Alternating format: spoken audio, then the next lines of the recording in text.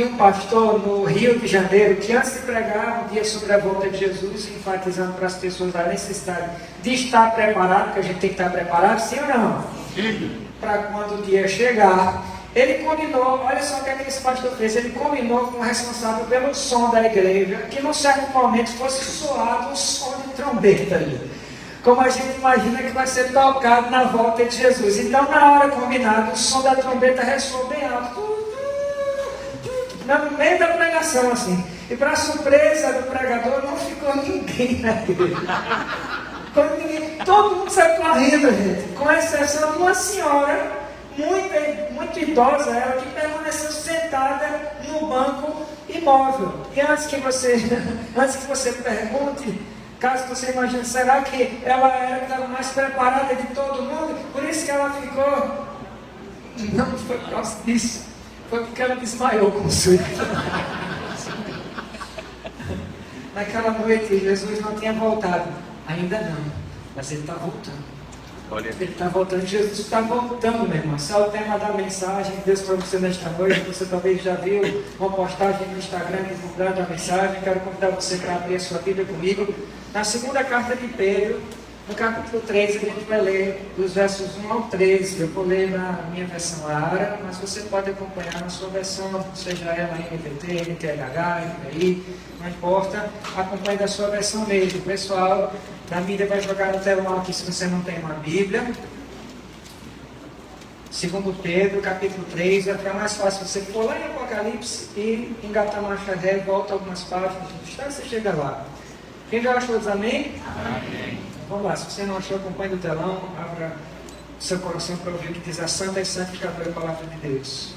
Amados, esta é agora a segunda epístola que vos escrevo, em ambas.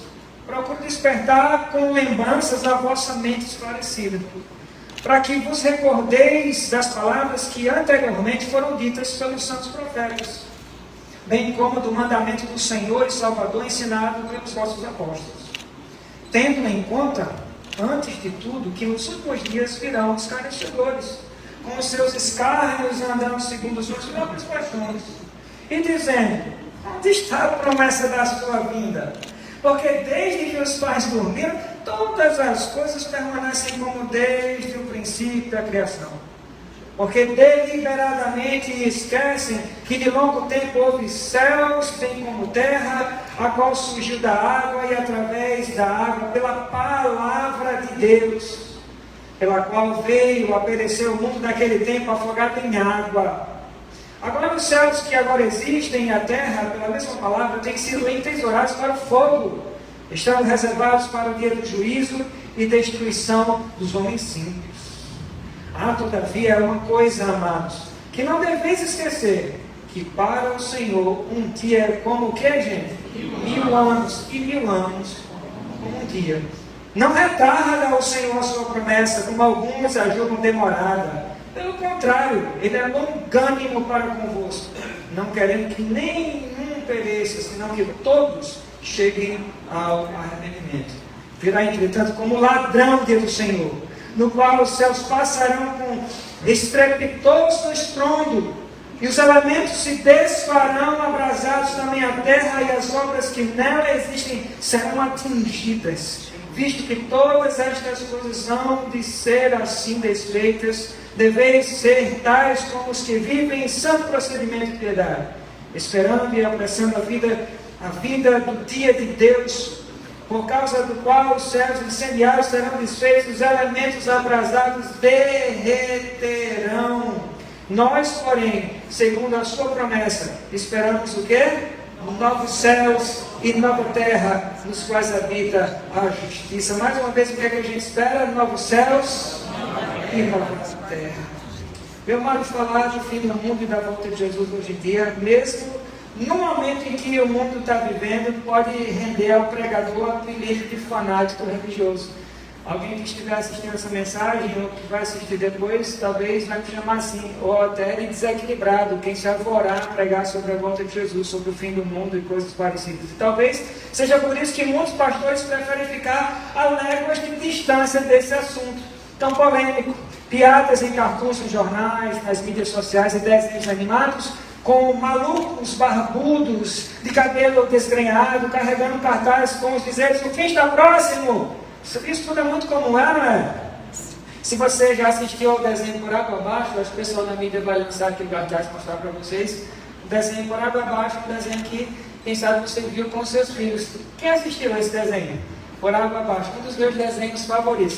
Quem gosta de desenho, vai amar esse desenho, assista, tá? Nesse desenho, todos os personagens são ratos, como você está vendo aí. Com certeza você lembra de um personagem chamado Harold, um rato profeta do Apocalipse. Eu acho que dá para ver esse aqui, ó.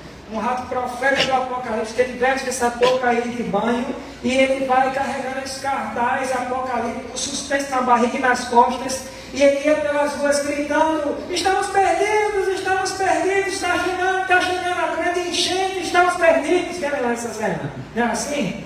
Você já percebeu que praticamente todo personagem que fala sobre o fim dos filmes, o fim dos tempos nos desenhos, é sempre retratado como louco?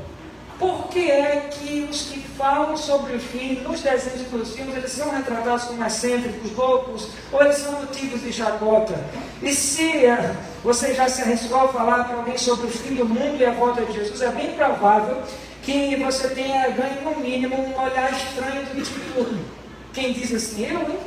O que está acontecendo? O que está acontecendo com ele ou com ela? Mas esse tipo de reação não é nenhuma novidade não, gente. O apóstolo Pedro já lutava por esse tipo de insinuações, morte e ressurreição de Jesus por volta do ano 60 depois de Jesus. Já naquela época, há mais de 2000 anos, já tinha que começar a se desafiar essa doutrina da volta de Jesus. Veja aí no verso 4 da sua Bíblia, o questionamento escancarado de alguns duvidosos. Eles perguntavam em torno de Maria mesmo. Eles diziam assim: onde quer estar esse cumprimento dessa tal promessa da volta de Jesus? Porque desde os tempos da vovozinha não mudou absolutamente nada, está tudo na mesma. Desde que o mundo é mundo, as coisas seguem do mesmo jeito. Que volta de Jesus, que nada, cara. Você está batendo bem da bola, Pedro? É como se eles perguntassem assim a Pedro.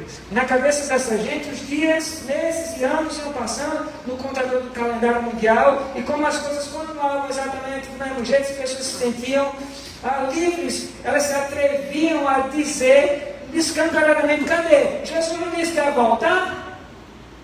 E nessa, já se passaram quantos anos mesmo, desde a subida dele?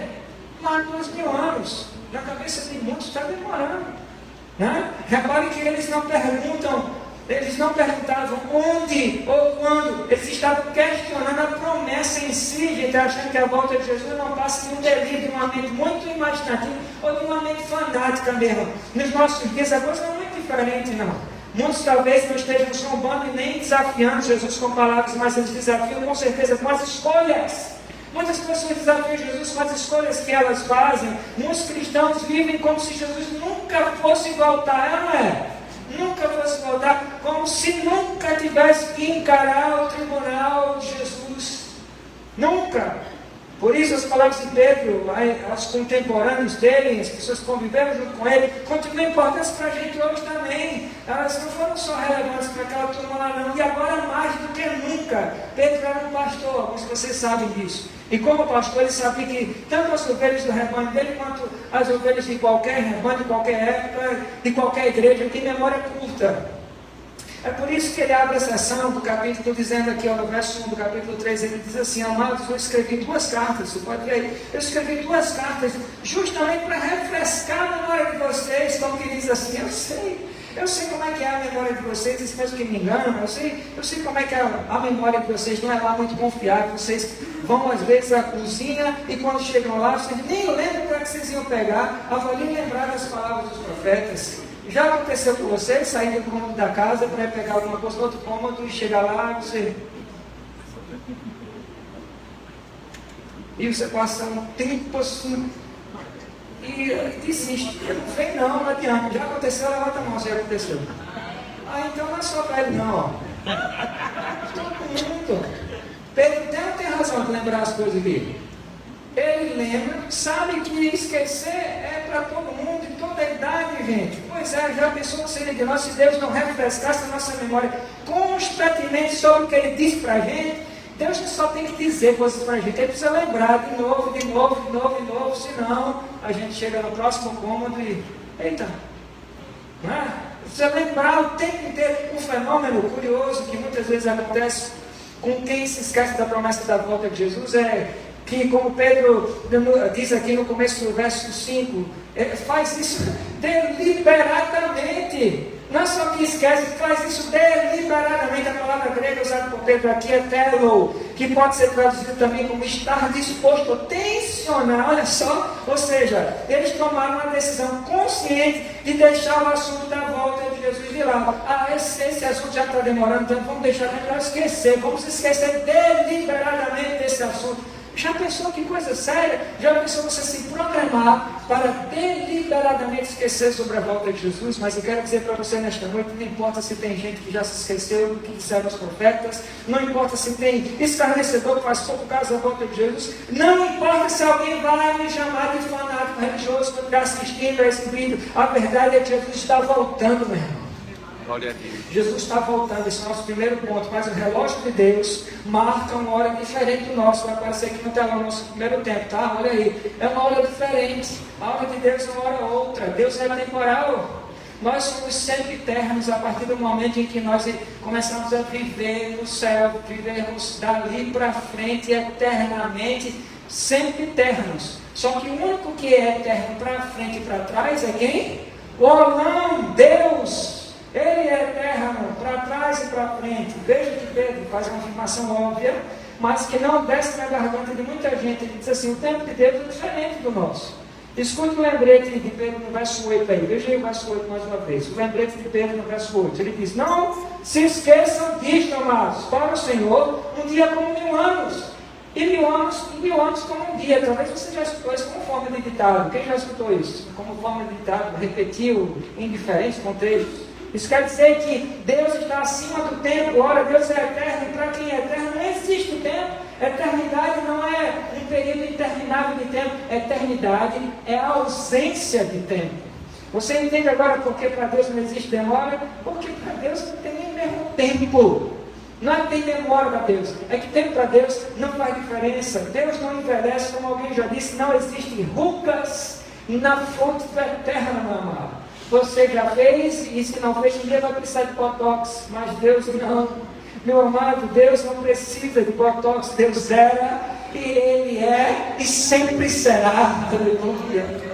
Ele é o nosso eterno Senhor. Deus não sente o peso limitante dos anos no corpo e na mente. Com certeza você que passou dos 40 anos, de vez em quando você é lembrado do peso dos anos na sua própria pele. Quer ver? Basta você fazer uma faxina na casa durante o dia e à noite, quando você vai se deitar na cama, não é nem se deitar na cama, é se sentar no sofá mesmo. Você se sente câmera como umas coisas. Todo quebrado. Uma personagem, acho que eu esqueci o nome dela, era uma senhora idosa da Praça Nossa. Ela tinha dificuldade enorme para se sentar, ela nem esquece dela, e para se levantar também. E você que está rindo, vai chegar o seu dia. Comece depois dos 40. Eu já disse várias vezes aqui no culto, depois dos 40, se você acorda sem dor, você foi promovido ao céu. Você já está na glória. Né? Então, basta fazer essa faxina em casa que à noite você está que nem a música de Caetano, para lá de Marrakech, né? Mas com Deus é diferente. O tempo não deteriora o nosso Deus, meu irmão. E nem mesmo deixa ele mais maduro, não, ou mais sábio para tomar decisões. Quem é perfeito não precisa de tempo para melhorar. Se Deus melhorar, ele estraga. Ele é perfeito. Ele não muda. Se alguém muda para pior ou para melhor. Deus é perfeito. O tempo não faz nenhuma diferença para ele. Pode ter certeza, se está esperando para tomar uma decisão, se ele está esperando, ele espera um bocado para tomar um bocado de decisão. Se ele está esperando, não é porque ele está pensando sobre o assunto. Se você está esperando alguma coisa de Deus, não é porque Deus está pensando ao seu respeito, pensando no assunto. Deus já sabe de tudo desde o começo, não, sabe tudo sobre você. Então ele não está pensando em nada. Existem outras razões. E nem sempre a gente sabe todas as razões sobre Deus. Amém ou não amém? Mas o que a gente sabe é que as razões de Deus sempre são as melhores. Você pode repetir comigo? As razões de Deus sempre são as melhores. É fácil de repetir, não? Mas tentar viver essa afirmação é difícil. Na minha força eu não consigo, mas em Deus a gente consegue, na força de Deus, meu amado. Acontece que as dificuldades das pessoas aceitarem que o tempo de Deus é diferente é tão grande que um bocado de gente acabou aloprando de vez. Como assim, pastor? Muitas pessoas tentaram predizer a data exata da volta de Jesus. A história está cheia de exemplos assim, tanto os exemplos antigos quanto exemplos recentes também, de pessoas que tentaram prever exatamente o dia, às vezes até a hora da volta de Jesus ou do fim do mundo. Olha só alguns exemplos. O teólogo Hipólito de Roma acreditava que Jesus iria voltar no ano 500, já no ano 500, gente. O Papa Silvestre II predisse que o mundo iria acabar no final do milênio cristão, ou seja, no ano 1000. O matemático Michael Staufel calculou que o dia do julgamento aconteceria em 19 de outubro de 1533, às 8 horas da manhã. Que precisão! Só faltaram os minutos e segundos, né? Joseph Morris, ele disse aos seguidores dele: não plantem nada, Jesus vai voltar amanhã. Só que não. Mark Biltz inventou uma teoria chamada luas de sangue. Alguns de vocês ouviram, não foi dessa teoria? Ficou muito em voga na internet, no YouTube principalmente, luas de sangue. E com base nessa teoria, ele previu que a volta de Jesus aconteceria no eclipse lunar de 28 de setembro de 2015. Ronald Wayland, ele previu a volta de Jesus para a véspera de Pentecostes do ano 2019, no dia 8 de junho, e o numerólogo britânico David Mead disse que o mundo acabaria em 23 de setembro de 2023. Bom, também não. Todos eles fracassaram. E é óbvio que todos eles erraram as previsões. E vão continuar chutando na trave, pois como Pedro deixa muito claro no verso 10, olha aí, o dia do Senhor virá como um ladrão. Você já viu o ladrão ligar para alguém assim e dizer assim no telefone: olha, fica esperto, porque eu estou indo roubar a tua casa amanhã às 20 horas da noite. O ladrão faz isso? Claro que não é besta.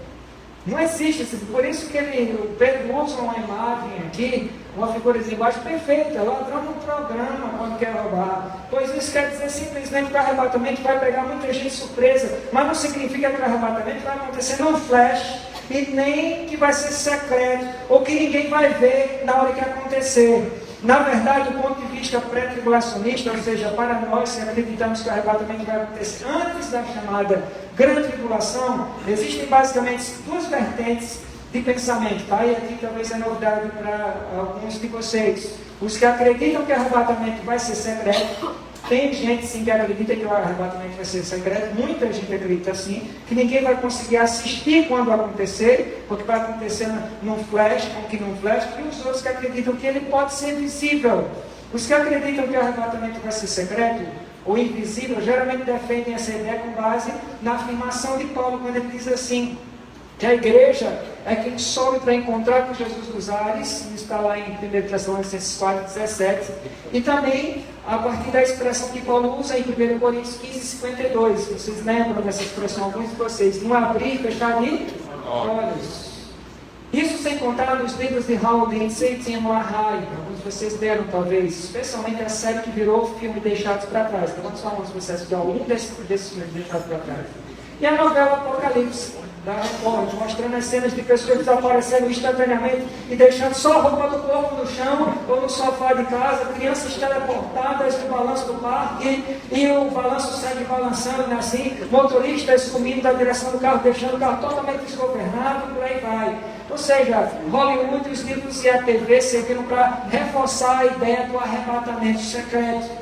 Mas em contrapartida, e essa é a posição que eu defendo, se você quiser me perguntar, essa é a posição que eu escolho defender, existem os que acreditam que o arrebatamento não será necessariamente secreto. Eu não estou dizendo que não será secreto, estou dizendo que não será necessariamente secreto ou invisível. Por quê? Primeiro, vou dizer para você aqui os meus argumentos. Primeiro, na passagem de 1 Tessalonicenses 4:16 e 17, se algumas imagens não forem metafóricas, e pode ser que elas não sejam, mas sim literais, então o arrebatamento vai envolver muito barulho, muita sonoplastia. Escute e tente visualizar como Paulo descreve a cena. Se o pessoal da mídia puder colocar aqui, ajuda. 1 Tessalonicenses 4, versos 16 e 17. Paulo diz assim, olha como ele descreve a cena. Porque o mesmo Senhor descerá do céu com alarido, e com voz de arcanjo, e com a trombeta de Deus, e os que morreram em Cristo ressuscitaram primeiro. Depois nós, os que ficarmos vivos, seremos arrebatados juntamente com Ele nas nuvens e encontrar o Senhor nos ares, e assim estaremos para sempre com o Senhor. Perceba, meu irmão, que aqui tem alarido, olha lá, vamos lá. Tem alarido de arcanjo, trombeta tocando, ou seja, se isso não for uma metáfora, a gente já tem aqui dois indícios de que o evento vai ter uma baita de uma zoada, não é não? Vai ter muita zoada. Basta você me dizer se você já ouviu alguma trombeta silenciosa. Já? Você já ouviu de alguma trombeta silenciosa? Eu nunca. Ao que parece, essa trombeta aqui é tão alta que é capaz de acordar até os mortos, porque os mortos vão acordar e vão subir no meio da gente, se a gente tiver vivo na época. Além disso, existe uma regra na hermenêutica, que é a ciência da interpretação bíblica, que diz que nenhum texto, que num texto, o intérprete só deve enxergar como figura de linguagem uma figura que for claramente de linguagem no texto, que não é o caso aqui, não é o caso. Outra prova é a expressão de Paulo em 1 Coríntios, se o pessoal da mídia puder colocar, 1 Coríntios 15:52. 1 Coríntios 15:52. Essa expressão que eu já citei aqui, não abrir e fechar de olhos, não piscar de olhos. É interessante que esse versículo já foi muito mal interpretado. Por quê, pastor? Escute o que diz o verso. No momento, num abrir e fechar de olhos, ante a última trombeta, porque a última trombeta soará e os mortos ressuscitarão incorruptíveis e nós seremos transformados. A palavra grega usada aqui para abrir e fechar de olhos é átomo. Isso dá uma ideia de velocidade indivisível, de tão rápido que vai ser. Agora note que o verso não diz que o arrebatamento será num abrir e fechar de olhos. Tem gente que fala assim, o arrebatamento vai ser num abrir e fechar de olhos. Não é isso que o texto está dizendo, não. Mas sim, olha o que o texto diz, que nós seremos transformados, ou seja, nós teremos o nosso corpo glorificado num piscar de olhos. Notou a diferença? Não é que acontece quando fecha o arrebatamento. Nós é que vamos ser o quê? Transformados. Nós seremos transformados. A rapidez está na nossa transformação. Mas o arrebatamento pode acontecer nessa velocidade. Pastor, então eu vou chegar no céu quando? Sei lá. Mas pode ser assim bem. É mais estiloso, né? Se for assim, câmera lenta. Você girando, ou assim, subindo assim, vai. Né? Sei lá. Glória a Deus. Glória a Deus. Está visualizando. Bem criativo como eu também. Não é não, gente? Não. Então o arrebatamento em si pode ser demorado. Então seguindo o raciocínio, quem está comigo também. Amém. Pode ser demorado. Né? O meu terceiro argumento para defender a tese de que o arrebatamento vai ser visível são outros casos de arrebatamento visíveis na Bíblia. Vou dar para você aqui pelo menos dois. O arrebatamento de Elias, quem lembra? Ele subiu como? Uma carruagem de fogo. Isso foi visível? Foi. Quem foi que viu?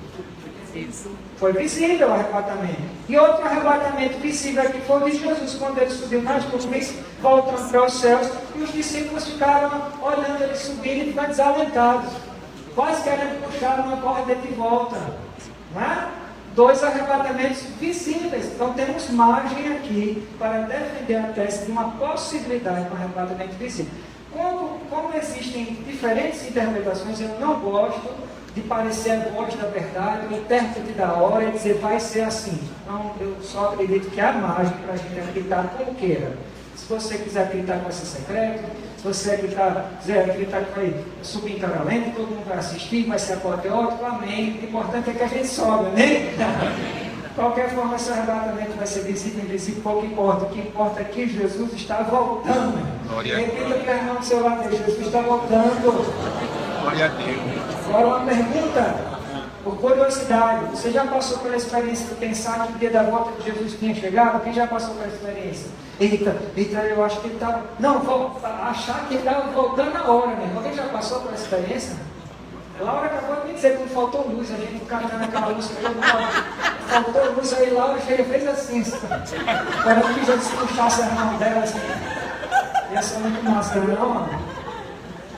Na minha adolescência, me faz lembrar que na minha adolescência, eu e meu irmão, a gente dormia no beliche. E eu gostava muito de dormir no beliche, principalmente na parte de cima, assim, eu me sentia como se fosse como se eu tivesse no último andar do prédio, né, assim, sei lá, e a gente dormia no beliche. E na cama, eu dormia na cama de cima e ele na cama de baixo. Uma noite, logo antes de dormir, eu escuto um som, acompanha aí, eu escuto um som parecido com um som distante de uma trombeta, que ia ficando gradualmente mais alto. E começou um som baixinho, distante, e ela ia ficando mais alto, como se fosse a trombeta do Apocalipse, né? Uma coisa que... e aumentando. Daí eu pergunto ao meu irmão, cara, você está ouvindo esse som? E ele fala, sim, eu estou ouvindo, e engolindo seco.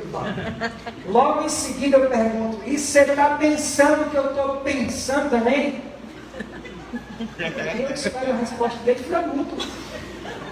Não falou nada. Foi arrebatado. E você ficou aqui, pastor, na tribulação da gente. Vocês escutaram, foi arrebatado, né? E eu filho desse jeito que eu fico, não, né? Não está assim, não, né? Passa junto. A gente passa junto, ele diz, então daí ele fica muito com uma pergunta e minutos depois a gente descobre que o som veio de um carro passando na rua com uma música alta, gente. E meu irmão finalmente disse que tem um coração como se fosse batendo no pescoço. Você está bem nervoso, sendo o coração pulando no pescoço. E depois assim, cara, graças a Deus não era trombeta para arrebatamento, porque eu não sei se eu estava preparado. A gente era adolescente, e geralmente adolescente o perigo que a gente está na porrada na vida, não? Tomara que seja, né? Que a gente não fica passando, passa o resto da vida fazendo porrada, mas que a gente tenha amadurecido pelo menos um pouco. Então assim vai ser também a volta de Jesus nas nuvens para buscar a igreja dele, meu amado. Ele vai voltar quando o mundo menos espera. Ninguém sabe o dia, o próprio Jesus disse, mas aquele dia, olha, quantas pessoas sabem? Ninguém sabe, nem os anjos do céu, nem o Filho, senão o Pai, ninguém sabe. Fala isso lá em Marcos 13:32. Então nota que Jesus, mesmo sendo tão onisciente, quanto as outras duas pessoas da Trindade, ele sabia tanto e sabe tanto quanto Deus, o Espírito Santo, ainda assim, enquanto ele andou no mundo em carne, ele reservou para a tarefa de agendar o retorno dele para o Pai. E qual é a nossa parte? Qual é a nossa parte, pastor? Se alguém perguntar, vou dizer, primeiro, não duvidar da promessa e esperar o tempo de Deus. Você pode repetir comigo? Primeiro, não duvidar da promessa, esperar o tempo de Deus. Isso é a primeira coisa que a gente deve fazer. Mas esperar como? Vou dizer, por exemplo, não fazendo... Aliás, eu vou dizer o que não fazer primeiro. Não fazendo mais nada além de ficar olhando para a janela, feito o ET do filme Spielberg. Quem assistiu o ET do Spielberg? Você vai lembrar dessa cena. Ele olhava para a janela e ele dizia...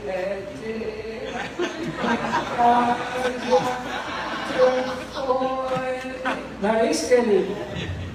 Não tem muito crente que parece estar esperando Deus assim. Não quer fazer mais nada. Só ficar olhando por a janela, esperando Jesus voltar. Ou como um homem cristão disse para mim, olha só, gente, parece inacreditável, mas pastor escuta cada coisa que duvida, duvida. Olha só, eu escutei de um homem cristão, disse assim, estou empolgado, chegou para mim e falou assim, pastor do céu, já que Jesus está voltando, eu vou aproveitar para comprar um carro, eu não vou precisar me pagar.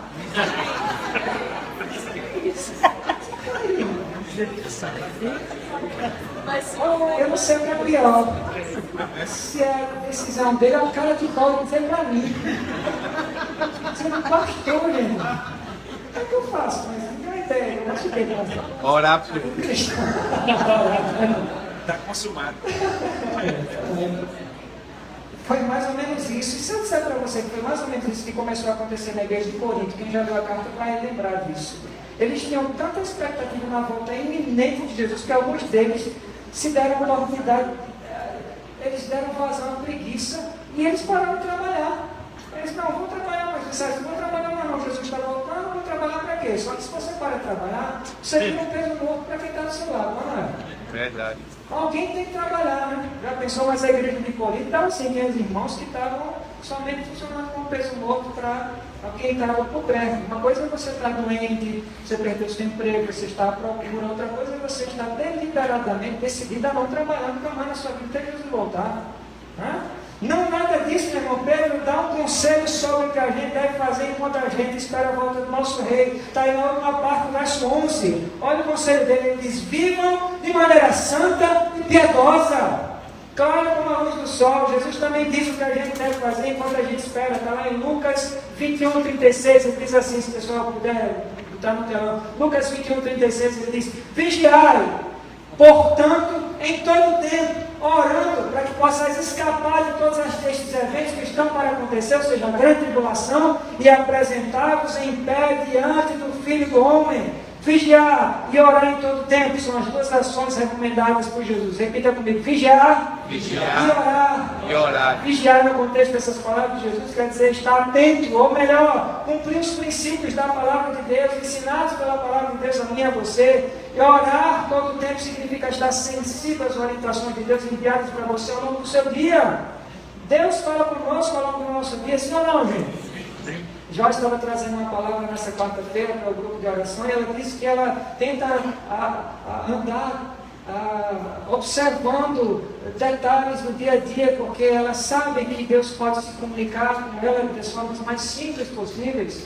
Ela disse que já ouviu Deus falar através de um outdoor, de um vídeo do Insta, de uma postagem, de tantas formas. Lá no livro de Jó diz: olha, Deus fala de várias maneiras, mesmo que o homem não perceba. Claro que todas elas precisam ser confirmadas com a palavra de Deus, mas Deus fala de muitas formas. A gente precisa estar vigiando, estar atentos, sintonizado na frequência do céu, não é?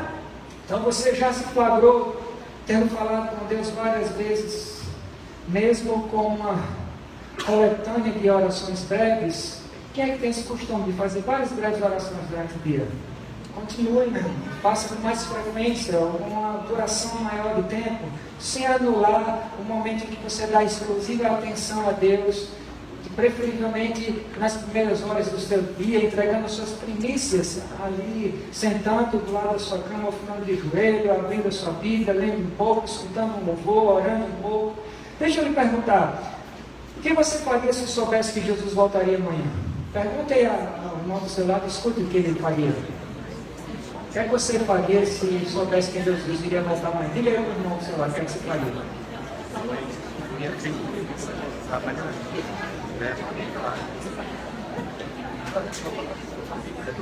Aí ela tem que poder estar com trabalho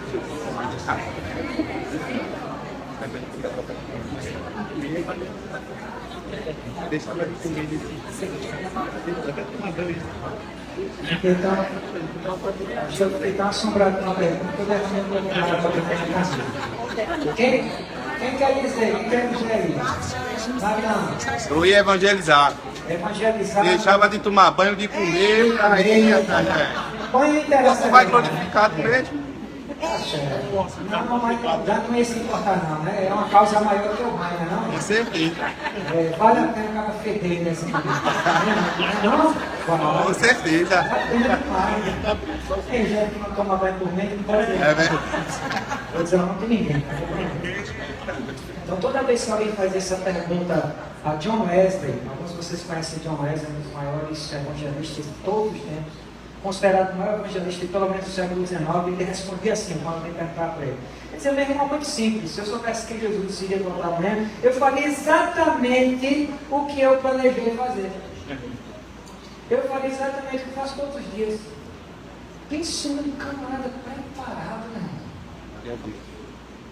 Você dizer assim, uma cara e a coragem, não daria nada, faria a mesma coisa. E você, qual seria a sua resposta? Agora é a oportunidade de você pensar e falar só para você mesmo. Bom, se o dia da volta de Jesus é amanhã, espero que seja, ou até mesmo esta noite, melhor ainda, amém ou não? Amém. Mas ele terminar escuro no céu, puxa, as comidas vão ser mais gostosas do que a galinha, não?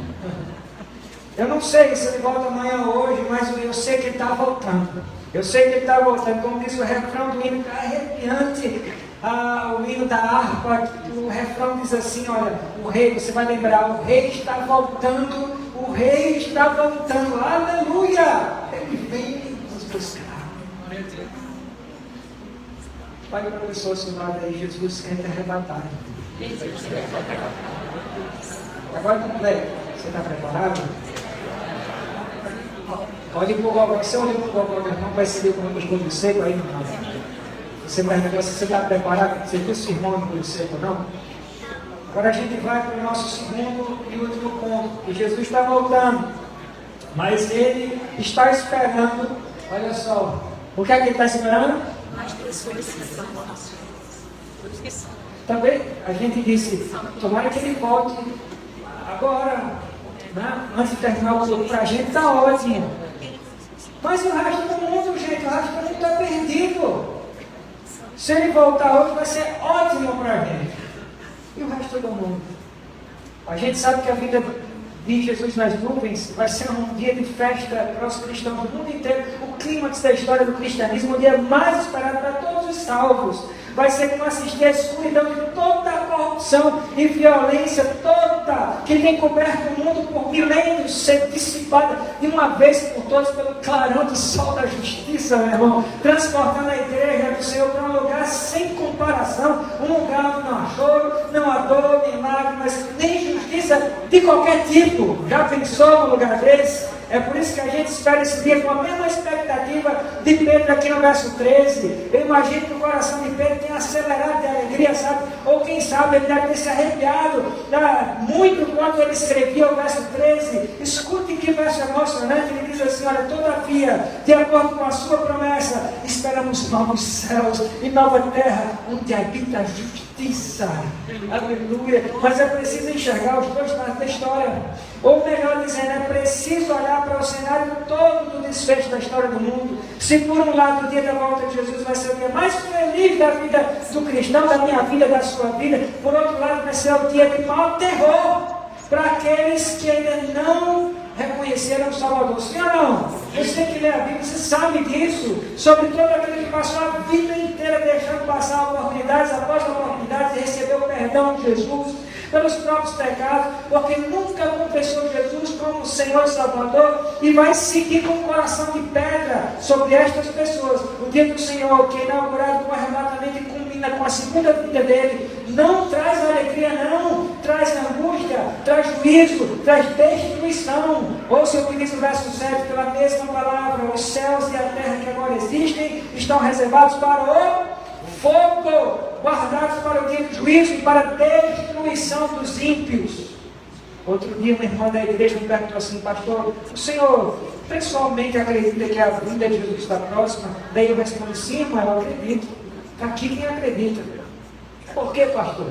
Vou dizer, vamos lá. Porque se você fizer uma análise interpretativa inteligente dos sinais que antecedem a vinda de Jesus, à luz do sermão dele lá em Mateus 24, você vai perceber que no século passado, no começo do nosso século 21, os fatos não estão acontecendo como sempre costumavam acontecer ao longo da história mundial. Você está percebendo isso também? Eles estão acontecendo em escala e velocidade cada vez maiores, meu irmão. Sim ou não? Uma das afirmações categóricas de Jesus em Mateus 24 e por se multiplicar a iniquidade, o amor de muitos esfriará. Basta olhar ao redor. Basta olhar ao seu redor, assistir aos jornais, e você vai ver que os rumores de guerra estão se multiplicando. Não é rumor, é guerra mesmo, valendo. Não é só rumor, não. Os falsos líderes religiosos se multiplicando, o ódio das pessoas contra os cristãos se multiplicando. Quem não é perseguido fisicamente é perseguido pela ideologia cristã. A traição, a violência se multiplicando. É claro que as guerras existem desde que o mundo é mundo, sim ou não? Mas não cai em Abel, desde que o mundo é mundo tem guerra. Mas não tem como a gente negar que a forte explosão das guerras começou mesmo, o ápice da explosão das guerras entre o século 20 e 21. Os séculos 20 foi marcado pelas duas grandes guerras mundiais que nunca haviam acontecido na história. Todos os conflitos antes disso eram regionais, eram entre nações, não era guerra no mundo inteiro. Sem contar que existe uma grande chance da guerra do Oriente Médio culminar numa terceira guerra mundial. E não tem que não, existe essa possibilidade e muito grande. Seja como for, as chacinas estão acontecendo. Mas as chacinas não estão acontecendo só no Oriente Médio, não. Os olhares do mundo estão ali para o Oriente Médio, mas tem chacina acontecendo aqui no Brasil, sim ou não? Se você está assistindo o jornal, você está vendo isso, tem chacina acontecendo no nosso país. O barbarismo que aconteceu em outubro, por exemplo, em Fortaleza, é uma prova disso. Não sei se você viu essa notícia, 2 pessoas foram torturadas e decapitadas, velho. Dá para imaginar, a primeira vítima foi encontrada num lixão e a outra, o corpo foi achado nas pedras e a cabeça boiando no mar. Uma verdadeira barbárie viking, gente. Coisa que a gente não costumava ver no nosso país. Não era comum isso no Brasil, não. Agora a pergunta que não quer calar é o grande gatilho da violência. Onde está? Onde está o gatilho de toda essa violência?